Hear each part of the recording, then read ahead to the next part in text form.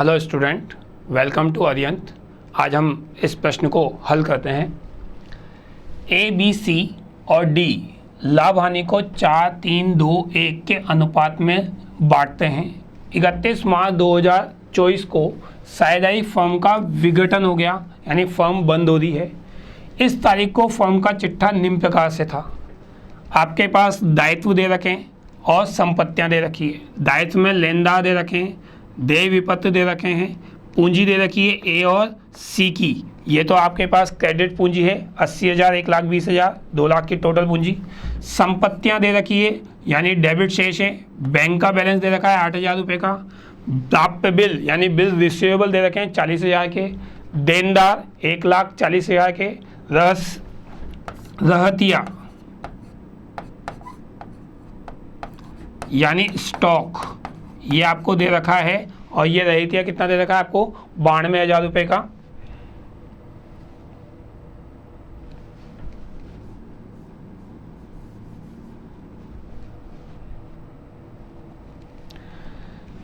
Stock दिया हुआ है आपको, रहतिया दिया हुआ है, और रहतिया 92,000 रुपये का दे रखा है।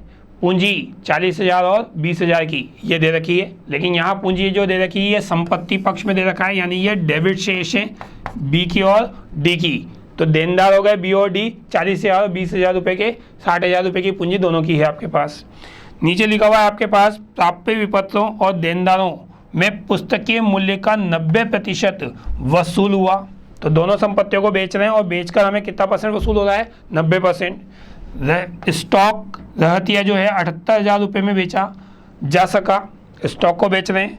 2,000 रुपये के अदत्त वेतन भी है जो उपयुक्त चिट्ठे में प्रदर्शित नहीं है। अदत्त वेतन दायित्व होता है हमारा, दायित्व में नहीं दे रखा हमें, तो ये अलग से एक्स्ट्रा लाइबिलिटीज हो रही है, उत्पन्न हो रही है 2,000 रुपये की, जिसको हमें चुकानी है। चुकाया गया। वसूली के खर्चे 6,000 रुपये हुए, तो वसूली खर्चा फर्म बंद कर रहे हैं तो उस वक्त खर्चे कितने हो रहे हैं हमारे 6,000 के। बी दिवालिया है और उससे केवल 32,000 रुपये ही वसूल हो सके, तो बी दिवालिया हो गया, यानी वो अपनी संपत्तियों से पूरा पैसा देने की समर्थ में नहीं है। तो उससे सिर्फ कितने पैसे वसूल हुए हमसे 32,000 रुपये वसूल हुए हैं। और गौनम बनाम मरे नियम, मुरे का नियम लागू होगा। ये दिया हुआ है हमें, वसूली खाता बनाना है और साझेदारों के पूंजी खाते बनाने हैं आपको। तो आइए स्टार्ट करते हैं अपन। सबसे पहले वसूली खाते की बात करें तो वसूली खाते में हमारे पास जो दायित्व होते हैं वो दायित्व ट्रांसफर हो जाते हैं, यानी बैलेंस शीट में जो दायित्व दे रखे हैं वो सारे के सारे वसूली खाते में ट्रांसफर होंगे।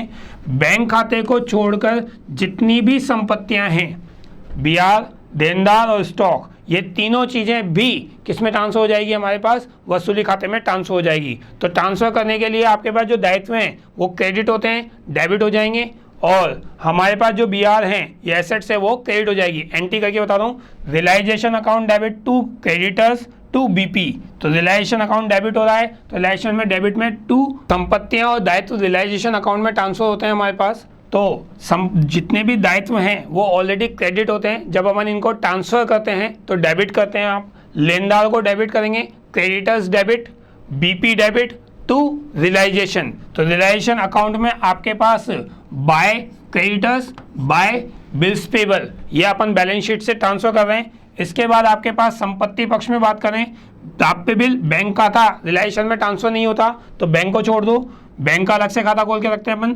प्राप्य बिल, देनदार और स्टॉक, ये तीनों चीज़ें हमारे पास रियलाइजेशन में ट्रांसफर होगी, तो एसेट डेबिट होती है, ट्रांसफर करते वक्त क्रेडिट करेंगे। Realisation debit to bills receivable to debtors and to stock, तीनों की बुक वैल्यू, तीनों बुक वैल्यू पे ट्रांसफर होंगे 40,000 और 92,000 रुपये। तो ये तीनों मूल्य आपके पास स्टॉक के ट्रांसफर हो जाएंगे आपके पास। अब आते हैं हमारे पास कि इन संपत्तियों को बेचकर कितना पैसा वसूल हो रहा है। तो सवाल में बोला था प्राप्य बिल और देनदारों से हम 90% वसूल कर रहे हैं।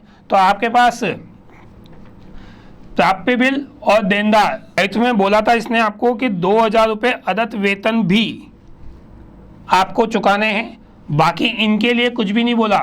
तो नहीं बोला तो जितने दायित्व हैं उतने तो पूरे चुकाने पड़ेंगे, यानी पुस्तक मूल्य के बराबर चुकाने पड़ेंगे। तो 1,20,000 के लेनदार और देय विपत्र 20,000 के, तो ये 1,40,000 तो चुकाने ही चुकाने। साथ में हमारे पास अदत्त वेतन 2,000 रुपये चुकाना है, वसूली खर्चे 6,000 रुपये चुकाने, तो ये सब दायित्व है हमारे पास, चुकाने की एंट्री करनी पड़ेगी आपको। Realisation account debit to bank, creditors को पूरा पेमेंट कर रहे हो, 1,20,000 था, पूरा 1,20,000 का पेमेंट कर दिया। बिल्स पेबल का सवाल में कुछ भी नहीं देखा तो पूरा पेमेंट कर दिया 20,000 रुपये का आपका। अदत्त वेतन का अलग से खर्चा हुआ हमारे पास, तो रियलाइजेशन टू बैंक 2,000 रुपये अदत्त वेतन चुकाने पड़े। इसके अलावा वसूली व्यय हो रहे हैं हमारे पास, तो 6,000 रुपये के वसूली व्यय वो भी चुकाने पड़ रहे हैं आपको, उनके लिए भी एंट्री कर रहे हैं अपन। इस तरह से हमारा रिलेशन अकाउंट की एंट्रीज कंप्लीट होती है। अब इसका हम प्रॉफिट और लॉस निकालते हैं, तो हमारे पास डेबिट का जो टोटल आ रहा है वो आ रहा है 4,20,000, जो ज़्यादा है क्रेडिट के टोटल से। क्रेडिट का टोटल आपके पास कम आ रहा है, ये आ रहा है आपका 3,80,000 रुपये। तो आपके पास डेबिट का टोटल 4,20 है और क्रेडिट का टोटल 3,80 है, तो यानी डेबिट ज़्यादा या लॉस ज़्यादा निकलेगा। तो आपके पास दोनों में से घटाने के बाद 40,000 का क्या आ रहा है आपका लॉस आ रहा है, और ये लॉस चारों पार्टनर अपने लाभ हानि अनुपात में बांटेंगे।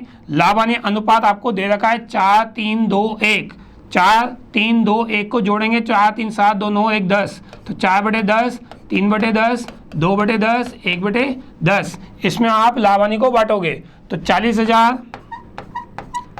इंटू 4/10, 40,000 इंटू 3/10, 40,000 इंटू 2/10 सी का हिस्सा, और 40,000 इंटू 1/10 डी का हिस्सा।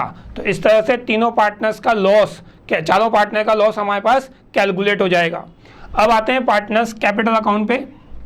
तो पार्टनर्स कैपिटल अकाउंट जो बनाना है हमें, उसकी बात करें तो सबसे पहले हमें 2 पार्टनर्स का तो क्रेडिट शेयर दिया हुआ था और 2 पार्टनर्स का डेबिट शेयर दे रखा था, जो हमें बैलेंस शीट से पता लग जाएगा।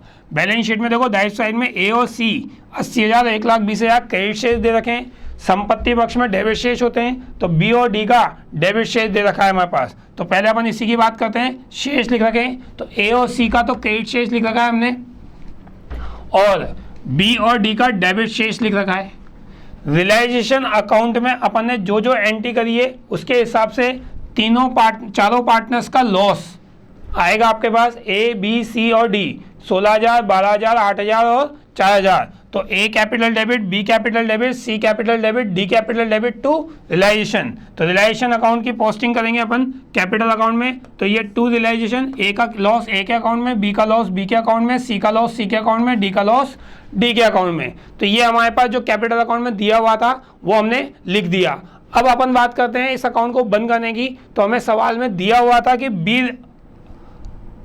बी जो पार्टनर है वो क्या हो रहा है, हमारा दिवालिया हो रहा है। बी पार्टनर दिवालिया हो रहा है और वो केवल कितने रुपए दे सकता है, 32,000 रुपये दे सकता है। यानी बी की हानि बचेगी और उस बची हुई हानि का कुछ ना कुछ करना पड़ेगा। तो जरा देखते हैं क्या है। देखो बी हमें जो पैसे दे रहा है वो कितने रुपए दे रहा है, 32,000 रुपये। B capital debit, sorry bank account debit to B capital, तो ये 32,000 रुपये दे दिए। अब बी की बात करें, देखो तो बी का इधर का टोटल आ रहा है 52,000 और उसने दिए कितने, सिर्फ 32,000 रुपये, ठीक है, जबकि उससे 52,000 रुपये लेने थे हमारे पास। तो वो देने में असमर्थ है क्योंकि वो दिवालिया हो चुका है। तो 52,000 में से 32,000 मिले तो हमारे पास 20,000 का बैलेंस बच रहा है। ये 20,000 की हानि फर्म उन पार्टनर्स को वहन करवाएगी जो पार्टनर देने में समर्थ है। तो देने में समर्थ का मतलब ए और सी है, क्योंकि डी का तो क्रेडिट बैलेंस है ही नहीं, डी को तो उल्टा पैसे देने हैं, लेने नहीं है। तो हम ए और सी के अनुपात में बांटेंगे और ए और सी के पूंजी अनुपात में बांटेंगे, क्योंकि गौनम वर्सेस मुरे नियम एप्लीकेबल कर रहे हैं अपन। तो ए और सी का पूंजी अनुपात निकालोगे तो 80,000 और 1,20,000 ये इनकी पूंजी है, इसके अनुपात में बांटेंगे तो 2:3, 4 से दोनों कट रहे हैं तो 2:3, 2:3 में हम इस हानि को बांटेंगे जो निकाली थी। कौन सी हानि निकाली थी, देखो अपन ने इधर का टोटल 52,000 है, 52,000 में से 32,000 घटाएंगे अपन तो हमारे पास 20,000 बचेगा। ये 20,000 रुपये ए और सी में बांट दो, ए और सी में बांट दो, 2/5, 20,000 इंटू 3/5। तो ए और सी इस 20,000 की हानि को वहन करेंगे, वहन करें और पूंजी के अनुपात में वहन कर रहे हैं, क्योंकि गौनम वर्सेस नियम लागू हो रहा है। अगर गौनम वर्सेस नियम लागू नहीं होता तो फिर हम लाभ हानि अनुपात में बांटते हैं। तो फिलहाल तो हमारे पास ये पूंजी अनुपात में बांट रहा है, ए के अकाउंट में और सी के अकाउंट में। तो एंट्री बनेगी आपकी A capital debit, C capital debit to B capital. तो बी कैपिटल में तो लिख ही रखा है अपन ने ए और सी, ए और सी के डेबिट में भी आएगा, डेबिट में आएगा आपका टू बी कैपिटल ए और सी में। तो इस तरह से आपका बी का अकाउंट बंद हो जाएगा। बाकी डी पार्टनर दिवालिया नहीं हुआ तो डी का जो भी हिस्सा है, यानी इधर का टोटल 24,000 है, तो डी हमें पूरे 24,000 रुपये ला के दे रहा है क्योंकि वो दिवालिया नहीं हुआ है। इसके अलावा बाकी पार्टनर का अकाउंट, ए का अकाउंट देखो, इधर का टोटल 80,000 है, 80,000 है, और इधर का टोटल, सॉरी इधर का टोटल ज़्यादा आ रहा है, क्रेडिट का टोटल 80,000 है और इधर का टोटल आ रहा है 32,000। तो 80,000 में से 32,000 घटाएंगे तो शेष कितना बच रहा है हमारे पास, 56,000। शेष को बैलेंस शीट से बंद नहीं करेंगे क्योंकि फॉर्म बंद हो रही है, हिसाब कर रहे हैं अपन, तो डायरेक्ट किससे बंद करेंगे अपन, बैंक से, कि ए को पेमेंट करो और कितने रुपए का पेमेंट करना पड़ेगा आपको, 56,000 रुपये का पेमेंट करना पड़ेगा। सेम यही स्थिति सी की, सी का हिस्सा 1,20,000 आ रहा है क्रेडिट का, सी के हिस्से में से 1,20,000 में से घटाओ 20,000 रुपये, 20,000 घटाएंगे तो आपके पास बैलेंस कितना बचेगा, आपका 1,00,000 रुपये का बैलेंस बचेगा। वो भी किससे बंद होगा, आपका बैंक से, कि हमें बी से पैसा सी को पेमेंट करना है, तो सी को कितना पेमेंट करना है हमें, 1,00,000 का, C account debit to bank. तो इस तरह से हम इन दोनों का, तो ए का और सी का तो पेमेंट करेंगे और बी से पैसा, डी से पैसा मंगवा रहे हैं क्योंकि डी देने में समर्थ है, तो डी से पूरा पैसा मंगा रहे हैं। बी दिवालिया हो गया था तो उससे सिर्फ 32,000 रुपये मिले हैं, बाकी की हानि को ए और सी ने बांटा है क्योंकि उनका ही क्रेडिट शेष है, डी का क्रेडिट शेष नहीं है हमारे पास। तो इस तरह से हमारा ये सवाल समाप्त होता है। आई होप आपको ये सवाल समझ में आया होगा। धन्यवाद, थैंक यू वेरी मच।